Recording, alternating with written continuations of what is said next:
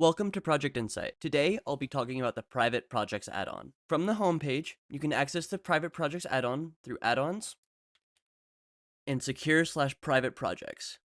If you don't already have the add-on installed, you can install it through Get More Add-ons. The Private Projects add-on is ready to go by default and does not require any further configuration. The Private Projects add-on ensures that projects are kept confidential by only allowing project resources viewing access. In order to create a project and make it private, create a project as normal. So we'll call this private example. Fill out the project form as you normally would.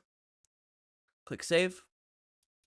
And then from within the project, click Edit Projects Options, and under the Secure/Private Project options, check this Only people assigned to the project or item have read/viewing access.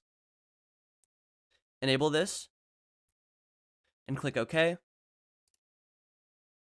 And now your project is private.